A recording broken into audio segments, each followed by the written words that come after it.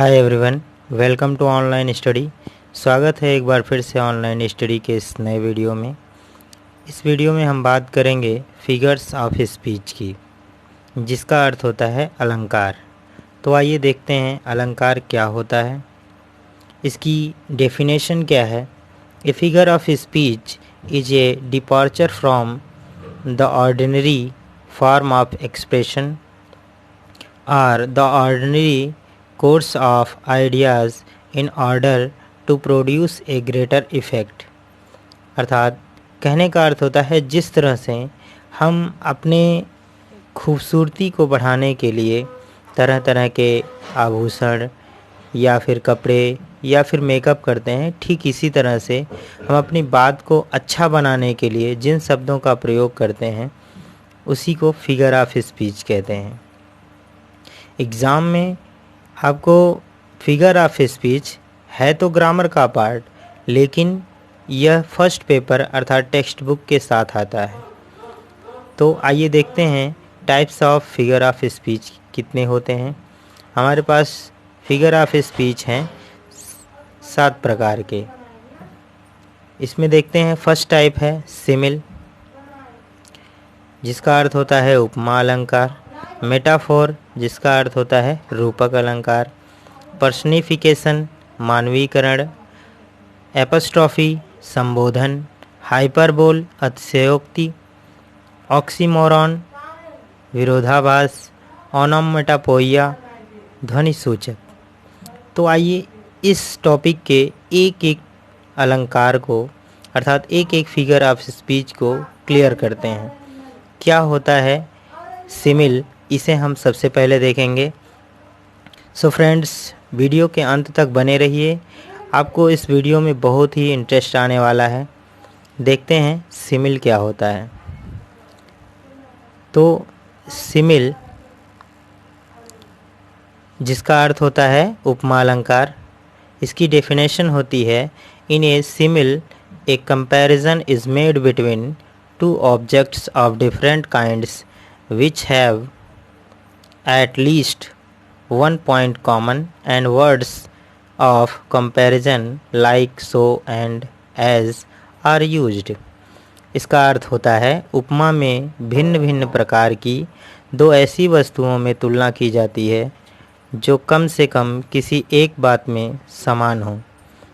इसमें तुलनात्मक शब्द like so और as का प्रयोग किया जाता है। सो फ्रेंड, जिस भी सेंटेंस में आपको लाइक सो एज दिखाई दे उसे आप समझिएगा वो सिमिल है, अर्थात उसमें फिगर ऑफ स्पीच सिमिल होगा।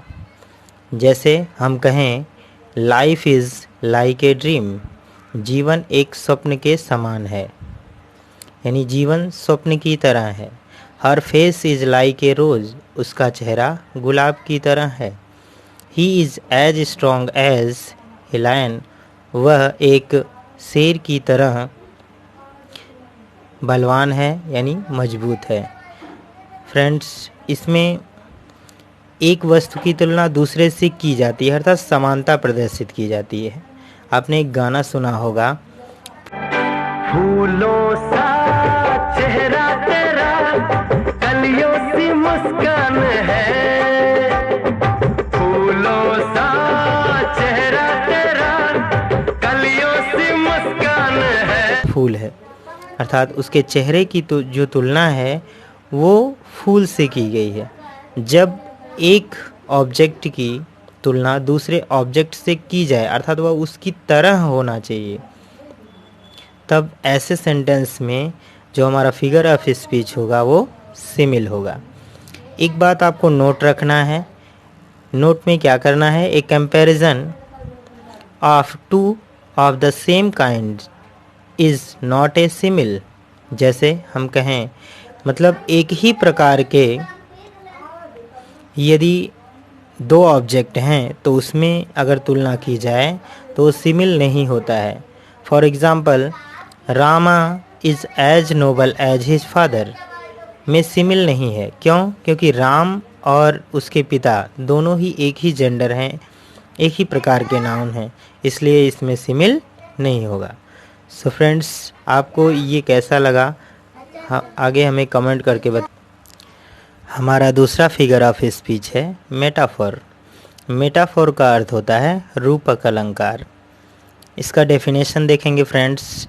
ए metaphor is an implied simile in which the objects of comparison are identified and words of comparison so like as are not used। अर्थात रूपक अलंकार में, जिसे हम मेटाफोर कहते हैं, इसमें रूपक अव्यक्त उपमा है। इसमें तुलना किए जाने वाले दोनों शब्दों को समरूप कर दिया जाता है, अर्थात समान रूप में प्रदर्शित कर दिया जाता है, तथा तुलना करने वाले जो शब्द होते हैं सो एज लाइक का प्रयोग नहीं किया जाता है। इसमें एक वस्तु को दूसरी चीज़ ही मान ली जाती है। जैसे हमने पिछले एग्जाम्पल में देखा, life is like a dream, अर्थात जीवन एक स्वप्न की तरह है। और अगर ये कह दिया जाए कि लाइफ इज़ ए ड्रीम, जीवन एक स्वप्न है, तो इसमें वहाँ जीवन स्वप्न की तरह था, और यहाँ पर हम बात कर रहे हैं जीवन एक स्वप्न है, अर्थात जीवन को स्वप्न ही मान लिया गया है।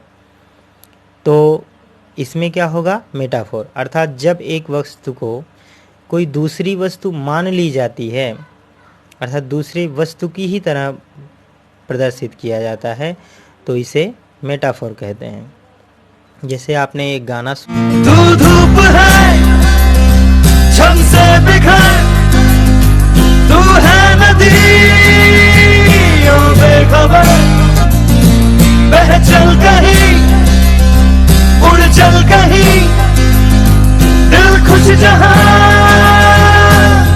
तेरी तो मंजिल है वही। इसमें वो लड़का धूप तो नहीं हो सकता है, ना ही नदी है, अर्थात लेकिन इसी में मान लिया गया है। सो फ्रेंड, ऐसे सेंटेंस जिसमें एक वस्तु को दूसरी वस्तु मान ली जाती है, उसमें क्या होता है? मेटाफोर होता है। उम्मीद करते हैं आपको अच्छे से समझ में आया होगा। और इसमें और भी एग्जांपल्स ले लेते हैं। जैसे the camel is the ship of the desert, अर्थात ऊँट रेगिस्तान का जहाज है। तो ऊँट जहाज नहीं होता है, पर जिस तरह से पानी की जहाज नदी को पार करती है, समुद्र को पार करती है, उसी तरह से जो ऊँट होता है वह डेजर्ट अर्थात रेगिस्तान को पार करता है। ठीक इसी तरह से अगला एग्जाम्पल देखेंगे। Ranjit Singh was a lion in the fight, अर्थात रंजीत सिंह लड़ाई में शेर था, मतलब शेर की तरह नहीं था, शेर था। अगर ये कह दिया जाए शेर की तरह था तो वहाँ पर सिमिल हो जाएगा, बट अगर ये कह दिया जाए शेर था, तो ऐसे फिगर ऑफ स्पीच में क्या होगा? मेटाफोर होगा। तो फ्रेंड्स, समझ में आया आपको?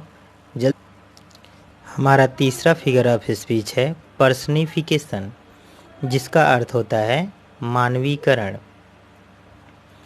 इसका हम डेफिनेशन देखेंगे। It is a figure of speech in which lifeless objects and abstract ideas are thought of as living beings, अर्थात मानवीकरण वह अलंकार है जिसमें निर्जीव वस्तुओं तथा विचारों को सजीव मान लिया जाता है। निर्जीव वस्तुएं हों या फिर कोई विचार हो तो उसे सजीव मान लिया जाएगा। तो ऐसे सेंटेंस में हमारा जो फिगर ऑफ स्पीच होगा वो पर्सनिफिकेशन होगा। तो आइए इसे कुछ एग्जांपल्स के माध्यम से समझते हैं। जैसे हमारा पहला एग्जांपल है, experience is the best teacher, अर्थात अभ्यास एक सबसे अच्छा अध्यापक होता है। दूसरा है, लव इज़ ब्लाइंड, प्रेम अंधा होता है। तो प्रेम कोई तो मनुष्य तो है नहीं जो अंधा हो जाएगा, अंधे तो मनुष्य होते हैं ना।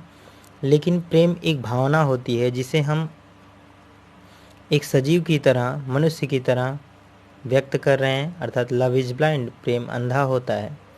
हमारा थर्ड एग्जाम्पल है, opportunity knocks at the door but once, अर्थात अवसर केवल एक बार दरवाज़ा खटखटाती है।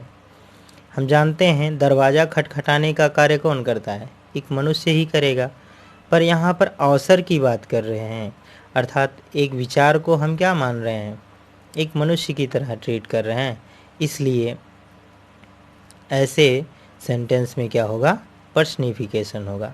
हमारा नेक्स्ट एग्जाम्पल है an anxiety is sitting on her face, अर्थात चिंता उसके चेहरे पर बैठी है। तो इस सेंटेंस में भी फ्रेंड्स पर्सनिफिकेशन ही होगा। आइए आगे देखते हैं। इसका अगला एग्जाम्पल हम देखेंगे, I am the daughter of earth and water, मैं धरती और जल की बेटी हूँ। इस तरह से फ्रेंड्स हम पर्सनिफिकेशन को समझ सकते हैं। तो आगे देखते हैं हमारा चौथा फिगर ऑफ स्पीच है एपस्ट्रॉफी। तो एपस्ट्रॉफी क्या होता है, संबोधन, अर्थात ऐसे सेंटेंस जिसमें संबोधन चिन्ह लगा हो उसे हम क्या कहेंगे, एपस्ट्रॉफी अलंकार कहते हैं, अर्थात एपस्ट्रॉफी फिगर ऑफ स्पीच कहते हैं। तो नेक्स्ट इसमें इसकी डेफिनेशन देखेंगे। A apostrophe is a direct address to the dead, to absent or to a personified object or idea. This figure of speech is a special form of personification. अर्थात इसका अर्थ होता है, अर्थात एपस्ट्रॉफी वह अलंकार है जिसमें मरे हुए व्यक्ति को, अनुपस्थित व्यक्ति को या मानवीकृत पदार्थ या विचार को स्पष्ट रूप से संबोधित किया जाता है। यह अलंकार पर्सनिफिकेशन का विशेष रूप होता है। तो इसमें फ्रेंड्स एग्जाम्पल देखेंगे। O death where is thy sting,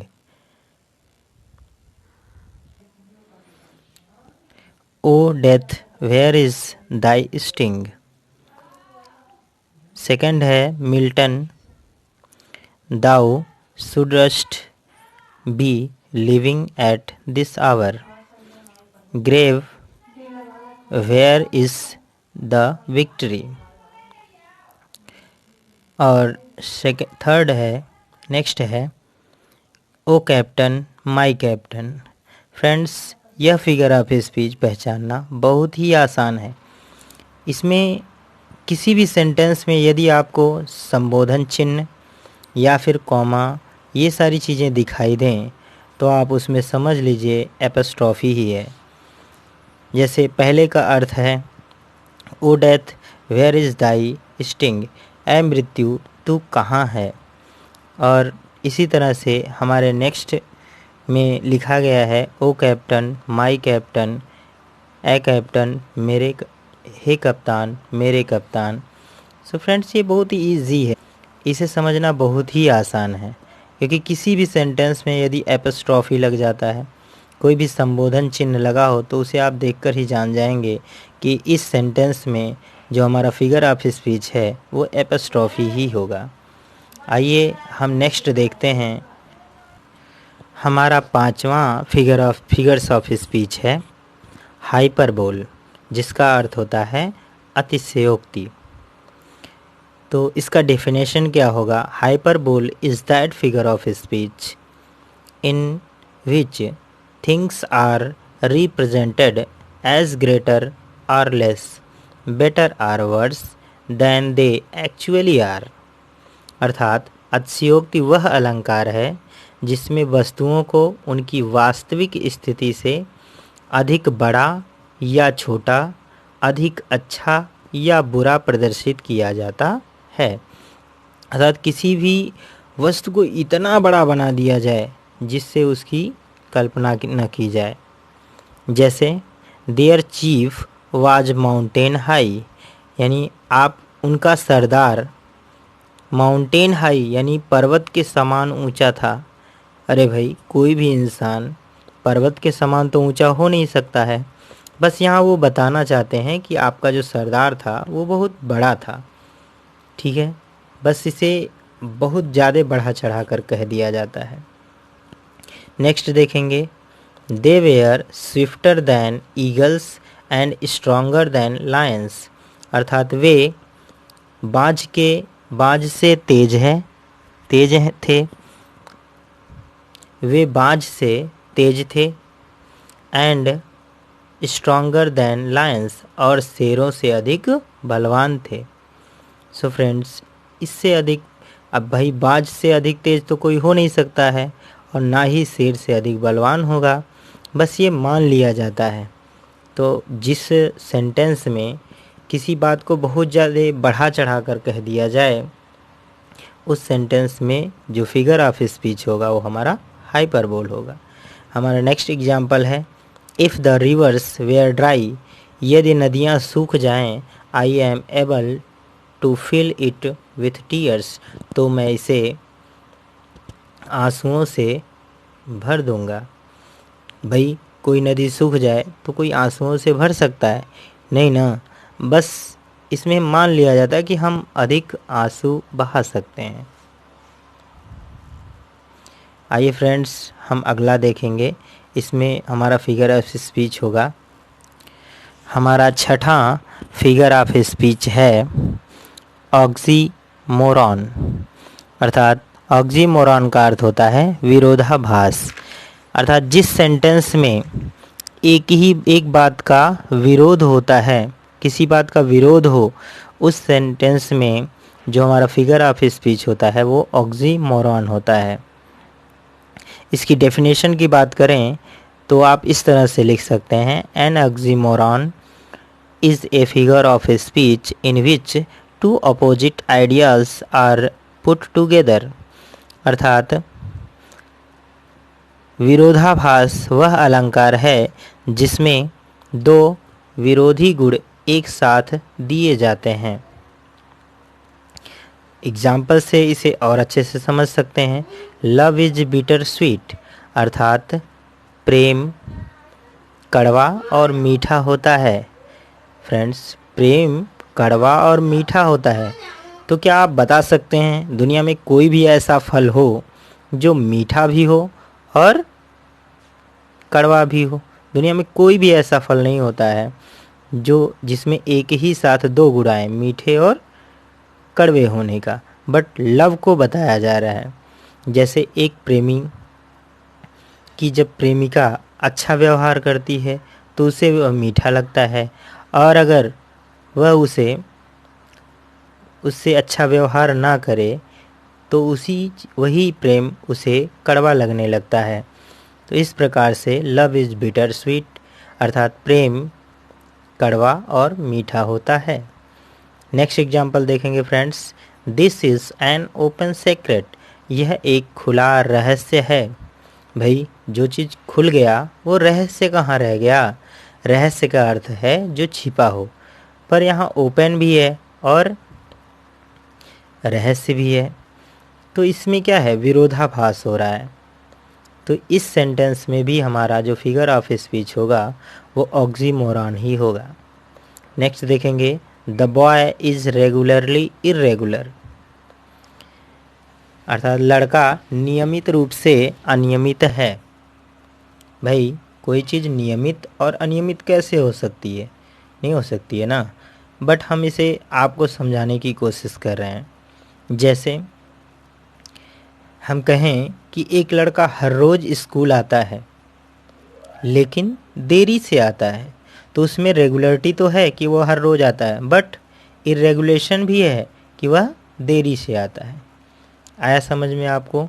next example देखेंगे, हैविंग नथिंग ही हैथ ऑल, हैविंग नथिंग कुछ नहीं रख कर, ही हैथ ऑल उसके पास सब कुछ है।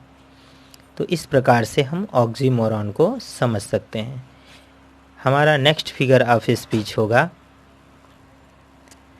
हमारा नेक्स्ट फिगर ऑफ स्पीच है ओनोमेटोपोइया, जिसका अर्थ होता है ध्वनि सूचक अलंकार। इसमें हम देखेंगे इसके डेफिनेशन को, it is that figure of speech in which the sound of a word suggests it's meaning, अर्थात ध्वनि सूचक वह अलंकार है जिसमें किसी शब्द की आवाज़ से उसका अर्थ स्पष्ट हो जाए। तो इसके एग्जाम्पल में देखेंगे, grunt grunt goes the hog.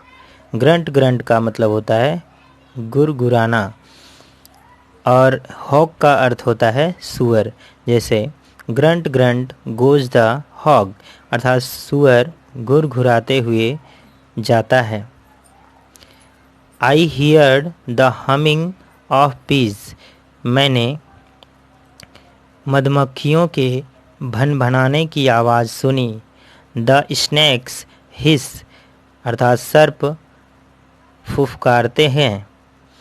तो इसमें देखेंगे पशु पक्षियों की आवाज़ें प्रकट करने वाले शब्दों के प्रयोग से ओनोमोटोपोइया का बोध होता है।